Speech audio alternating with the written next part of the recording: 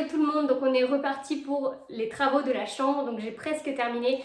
Il me reste du coup à plaquer encore quelques petits endroits, les enduits et ensuite la peinture. L'idée c'est que dans cette vidéo, vous ayez le avant-après de la chambre et qu'elle soit à peu près terminée. Mais avant de voir tout ça, je vous laisse voir un petit récap de comment était la chambre avant.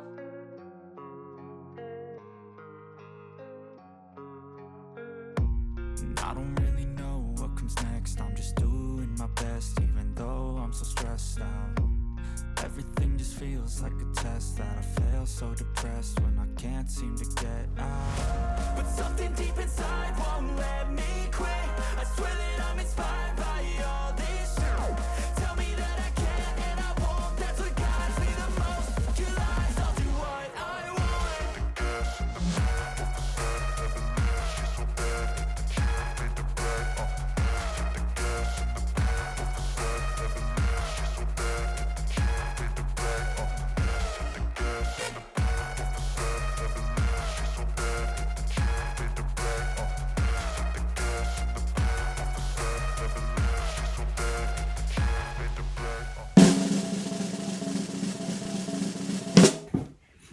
On va voir si c'est solide. Est-ce que je vais vous retrouver par terre?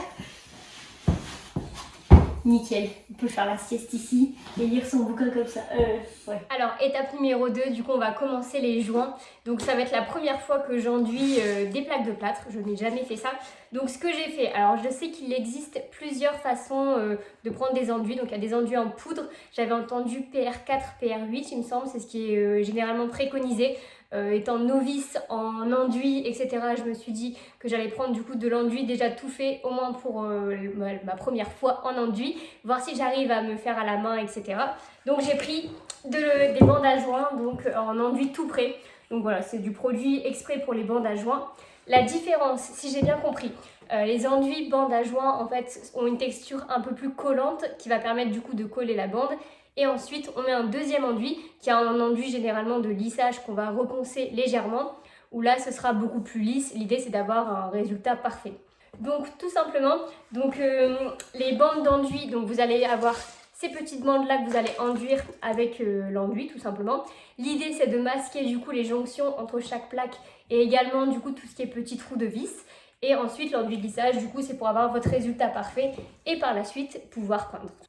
Au niveau de l'enduit de lissage, donc j'ai vu deux techniques. La première technique, c'était tout simplement de faire les bandes à joints, donc qui ont un enduit un peu plus petit, et ensuite de faire une passe d'enduit de lissage où il y a les bandes en fait, tout simplement, pour avoir des bandes un peu plus larges et qui a un aspect un peu plus sain, on va dire, du support.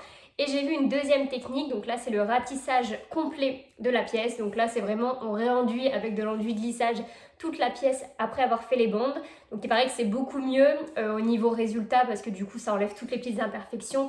On va dire que c'est pas forcément des trous de vis, mais moi je sais que j'ai stocké mes plaques sur le sol évidemment, et il y a eu des petits cailloux, des petites choses qu'il y a toujours sur un chantier, et j'ai certains endroits, c'est vrai, bon c'est très léger, mais moi je le sais et je le vois, donc des fois c'est vrai qu'il y a certains endroits où il y a des petits creux dans mon placo, c'est super léger, quelqu'un qui ne connaît pas la maison ne va pas le voir, va pas regarder, mais moi c'est vrai que je le vois, donc j'hésite entre faire un ratissage complet ou pas. C'est plus de temps, c'est plus d'enduit, donc plus d'argent, un peu plus de coûts, mais je me dis que ça peut être intéressant, donc je vais voir au niveau des endroits. Je pense peut-être faire un ratissage sur certains endroits de la pièce si je sens qu'il y a des petites choses qui me plaisent pas, et peut-être faire juste sur les bandes si le placo est plutôt sain. Donc je vais voir en fonction de l'avancement des travaux, et vous allez voir ça du coup vous dans sûrement quelques minutes.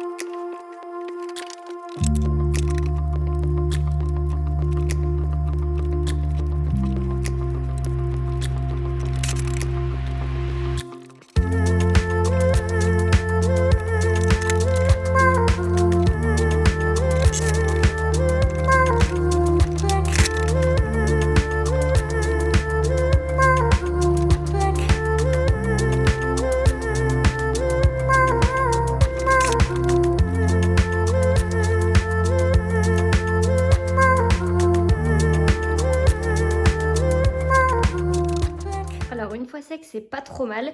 Donc là il va falloir que je passe au ponçage. Donc je ne sais pas si on voit très bien sur la vidéo, mais il y a une légère épaisseur.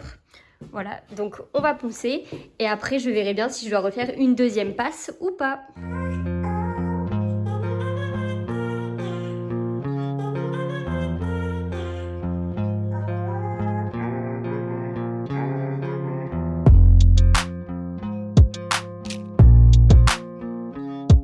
Alors avant de commencer les choses sérieuses, il me reste quelques trous à reboucher, donc je vous montre ça.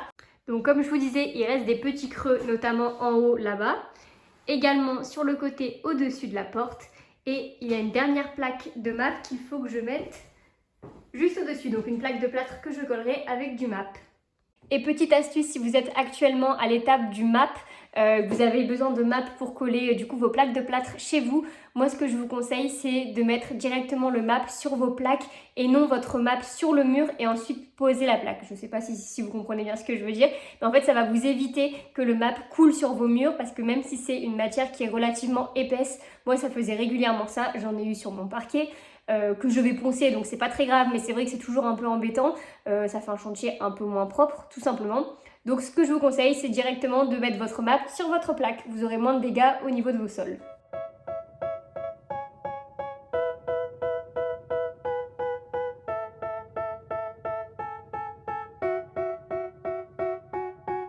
They tell me that I'm never gonna make it. They want me to do something that could make sense. They hate when I keep dreaming I'll be famous, but I don't give a fuck, I'ma keep chasing. I got all this potential that's deep inside of me, but they hate when you're successful cause they try to be. They sit there being judgmental because you're trying things, and they just want you to settle and do the right thing. So get a good job, don't slack off. Wake up every morning, make a good impression on your boss. Don't do anything that I wouldn't do, and when you're making money, make sure you don't spend it too soon. Fuck that, I'll do what I wanna do. I got a different path from everyone and that includes you.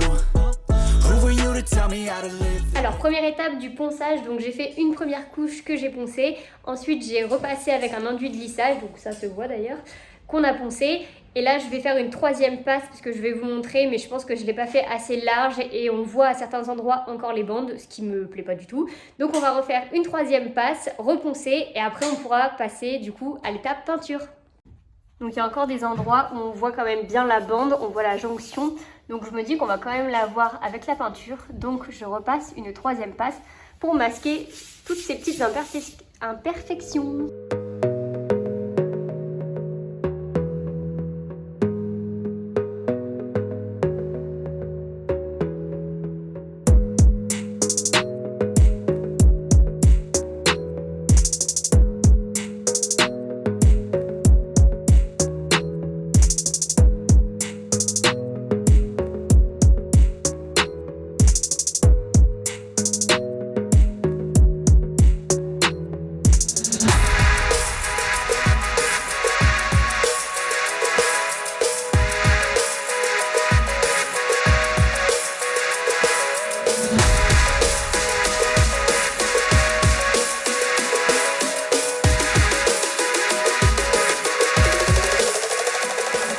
Bon, soyons honnêtes, les travaux, c'est pas toujours facile. Et là, c'est un petit échec. Ce matin, avant d'aller travailler, je suis passée du coup à la maison pour voir un petit peu comment les enduits avaient séché, en tout cas les premiers enduits. Et malheureusement, je n'ai pas fait les enduits comme il faut à certains endroits et j'ai des petites bandes qui cloquent. Donc voilà, erreur de débutant.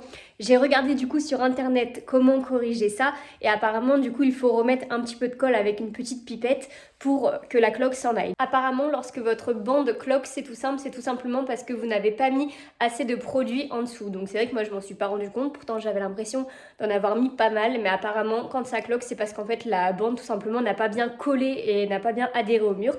Donc il faut mettre un tout petit peu plus de produit. Presque toutes les bandes sont bonnes, mais il y a 2-3 bandes où il y a des petits endroits où ça cloque. Donc je vais corriger ça cet après-midi pour pouvoir avoir des belles bandes et pouvoir peindre. Donc je pensais qu'en fait avec une passe en plus ça allait masquer cette petite cloque, mais pas du tout. En fait c'est vraiment de l'air qu'il y a à l'intérieur de la bande, donc ça doit être très léger. Mais du coup même en ponçant ça ne partira pas. Donc l'idée ça va être soit d'enlever la partie et de la refaire complètement, soit j'ai eu la technique de faire avec une petite pipette, donc on va corriger ça. Sinon le reste des enduits est plutôt pas mal, franchement je suis contente. Pour une débutante, il n'y a pas trop de problèmes. un petit coup de ponçage en plus et ça sera parfait. Pour résumer, pour ceux qui sont débutants comme moi en enduit, c'est long, très long, beaucoup plus long que ce que je pensais, c'est minutieux, mais par contre ça vaut le coup quand même d'essayer par vous-même si vous avez un petit budget travaux, parce que c'est vrai que ça coûte assez cher de prendre un enduiseur. Après évidemment il fait sûrement les choses beaucoup plus vite et sûrement d'une meilleure façon, mais franchement avec mon expérience personnelle de débutante, je trouve que ça vaut quand même le coup d'essayer tout seul. Ça prend du temps, mais bon, je trouve que ça reste un travail qui est quand même faisable. Et si vous faites des petites erreurs comme moi, et ben c'est pas grave, on recommence, on reste motivé, c'est ça le plus important. Et après, une fois que la peinture sera faite, je vous assure que vous serez super satisfait. Trouver de la bonne peinture, c'est pas aussi facile que ça en a l'air. C'est vrai que moi je cherchais une marque de peinture où il y avait un éventail de couleurs qui était assez intéressante et également une peinture qui soit de bonne qualité. Pour cela, j'ai trouvé la marque Signature, donc c'est une marque de peinture que vous pouvez retrouver dans tous les magasins Espace Revêtement. Donc il y en a à peu près 150 en France, donc vous en avez un petit peu partout. Vous devez forcément en avoir un dans votre région. J'ai choisi cette marque de peinture parce qu'elle répondait tout à fait aux critères que j'avais. Donc le premier critère, c'était qu'elle se nettoie à l'eau. Ça paraît être un critère pas forcément important, mais c'est vrai que dans l'usage, quand vous avez une peinture qui est lessivable, c'est quand même vachement mieux. Au moins, vous n'avez pas de traces, etc. Le deuxième critère qui était super important, et là c'est vrai que c'est vraiment top. Je suis sûre que dans les personnes qui regardent cette vidéo, il y en a qui font super attention à la sécurité, parce que je vois dans mes petits commentaires qu'à chaque fois on me dit mets bien ton masque, etc. Et ben cette peinture est Ecolabel Plus. Je veux dire que tout d'abord elle a une bonne performance d'utilisation, donc elle est assez couvrante, et c'est vrai que c'est un critère qui est quand même assez important, parce qu'on peut parfois se dire que prendre une peinture de moins bonne qualité et mettre plus de couches peut être plus avantageux, notamment au niveau financier, alors que pas du tout. Là c'est vrai que normalement en 2 couches vous avez un résultat optimal et à une quantité limitée de substances toxiques, donc tout ce qui va être toxique, cancérigène, tout ce qui est également métaux lourds, donc toutes ces quantités de substances toxiques sont réduites et du coup la peinture est meilleure pour la santé. Vous avez moins en fait de mauvaises particules qui circulent dans l'air tout simplement, donc c'est meilleur pour votre santé. Et également du coup vous avez une faible teneur en solvant, donc ça c'est aussi assez cool. Et le point déco qui est vraiment important pour moi, c'est qu'ils ont une quantité incroyable de couleurs et de textures. Donc ça, c'est vraiment top. Je vais vous montrer ça tout de suite.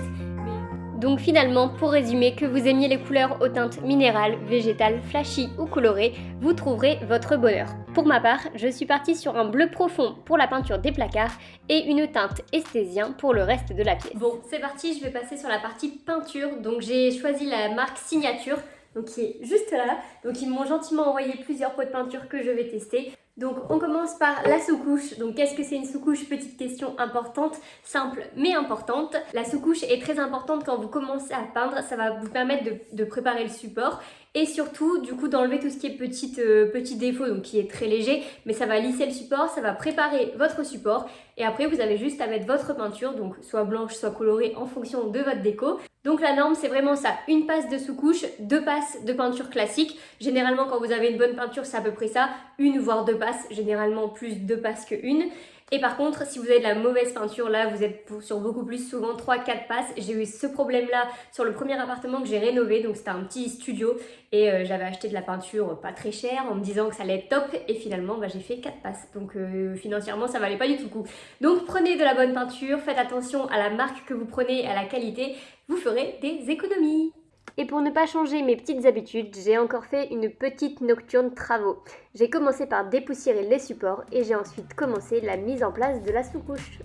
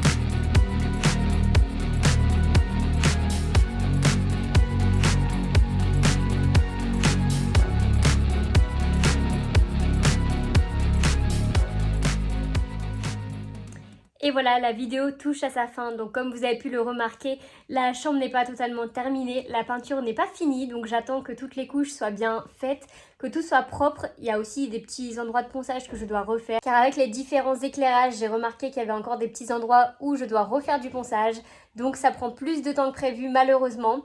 Donc vous aurez le résultat la semaine prochaine, j'espère. En tout cas, je croise les doigts car j'ai vraiment envie que cette chambre soit terminée. Ça fait quand même un paquet de temps que je suis dessus.